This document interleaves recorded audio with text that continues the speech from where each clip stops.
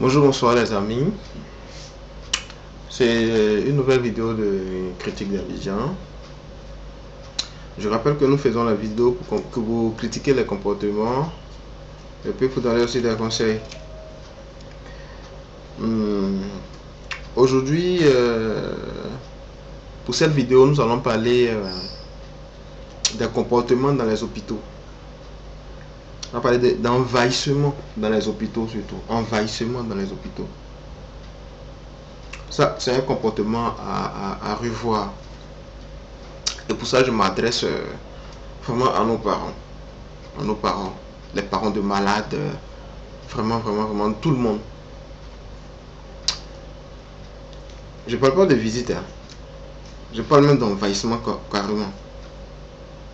Les médecins parlent. J'ai parcouru un peu des hôpitaux comme le CHU de Trècheville, le CHU de Yopougon, mon Cocody, j'y vais pas assez, mais je crois que ça doit être le même comportement. Quand tu arrives dans les hôpitaux, pour un seul malade, tu vas trouver près de 30 personnes dans son chevet. Pas visiteur, je dis. 30 personnes dans son chevet pour un seul malade. Alors qu'il peut arriver que dans la même chambre, il y a 4 lits de malades, 5 lits ou même 2 lits. Attendez, imaginez.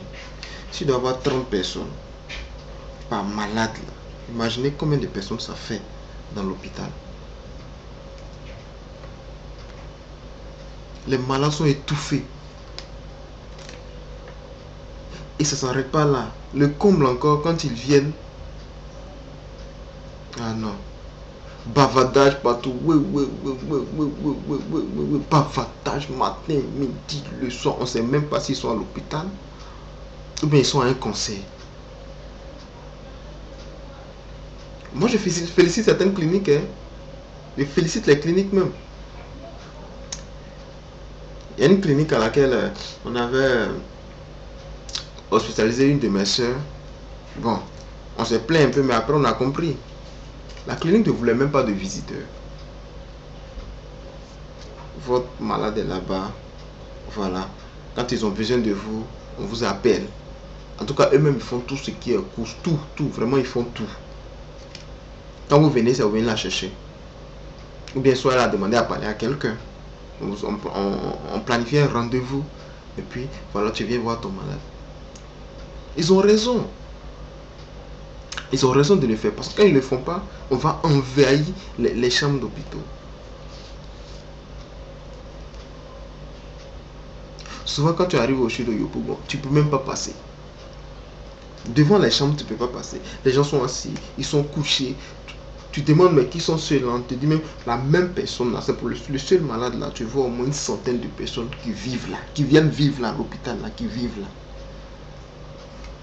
Les médecins ont parlé. Parce que je me rappelle qu'en ma présence, il y a des médecins qui sont venus se plaindre un peu d'un groupe de femmes là qui bavardaient. Mais à peine les médecins ont fini de parler, ils sont partis. Voilà, les gens ont repris. Pourquoi on se comporte comme ça?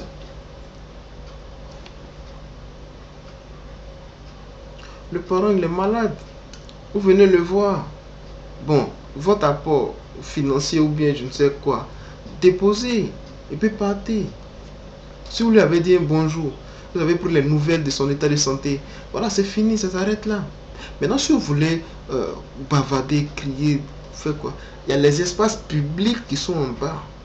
Il y a des salles d'attente. Bon, en salle d'attente, on peut dire que seulement ça ne sera pas vous, mais vous pouvez partir sur les terrains. Il y a des terrains qui sont dans les hôpitaux, là, les CHU, il y a les grands espaces devant, derrière. Quoi. Vous pouvez partir là-bas et puis causer tranquillement, bavarder de tout et puis de rien. Mais vous envahissez carrément les chambres des malades. Normalement, pour un malade, là, un maximum de 3 personnes déjà, ça suffit. Oui. Un maximum de 3 personnes pour un malade, déjà, ça suffit.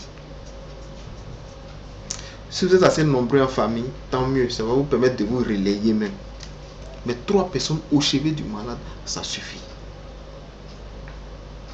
Une personne qui sera aux soins du malade, soit le malade veut faire pipi, le malade veut faire ceci, il veut manger quelque chose, ça fait une personne. Une deuxième personne pour aller faire les courses. Parce qu'il faut quand même qu'une personne reste à côté du malade pendant que l'autre est en train de faire des courses.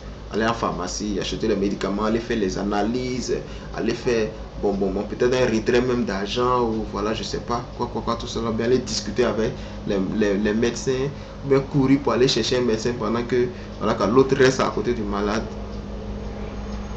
Ça, c'est la deuxième personne. Maintenant, une troisième personne doit être là ou bien peut être là pour des imprévus. Oui, pour des imprévus. Des imprévus comment? Parce qu'il peut arriver qu'il y a déjà une personne qui allait faire les courses, acheter les médicaments ou quoi, je ne sais pas. Et puis, il peut arriver aussi que le médecin ait besoin de quelqu'un pendant ce temps, voilà quoi, pour aller les expliquer certaines choses. Il faut quand même qu'une personne reste à côté du malade. Donc ça, c'est la troisième personne. C'est lui qui s'occupe des imprévus. Ou bien pendant que, voilà, quand le malade fait peut-être une crise et que l'autre est déjà allé acheter les médicaments, en même temps, les deux qui restent là, un peut aller avertir les médecins. Pendant ce temps, celui qui est là pour les imprévus reste à côté du malade. À la rigueur, 3 personnes maximum au chevet d'un malade, ça suffit largement. Pas besoin d'emmener toute une communauté pour venir rester là. Rendre visite au malade, c'est bien. Ça fait plaisir même au malade même aussi. Les médecins même apprécient ce geste. Mais pas pour venir lire domicile là. Ça veut dire que si le malade doit rester là pendant 1 mois, combien de mois? Ah non, il n'aura plus de place dans les hôpitaux. Souvent quand on dit qu'il n'y a pas de place dans les hôpitaux, là, on pense que c'est seulement les malades. Non, il y a les visiteurs même qui encombrent carrément les hôpitaux. Donc changer de comportement. Changer de comportement. Ça, je parle à nos frères. Les médecins ne pourront pas trouver. Ils sont déjà préoccupés à soigner les malades. Ils ne vont pas revenir encore pour descendre. Allez-y là. Allez, vous trouvez qu'ils sont méchants, mais ils seront méchants. Ils sont sévères en faisant cela. Non, c'est parce que vous exagérez. Et quand vous exagérez, au moins silence, on peut accepter. Tu passes là. Ils ont tellement élu domicile. Ça fait la lessive. Ça lave les vaisselles. Tu vois que voilà les habits même qui sont accrochés sur les portes ou bien quoi là. C'est même pas habit du malade. Malade même il va se changer pour aller les coucher là. Hein? C'est même pas habit du malade. Tout là-bas là, c'est devenu même habitation maintenant pour les gens. On sait même pas qui est malade là-bas ou bien qui n'a plus malade là-bas. Donc vraiment c'est un comportement à revoir. Voilà. Tout ça là, ça part d'émergence. Hein. On veut émerger. Donc voilà quoi, changeons de comportement. Changeons de comportement.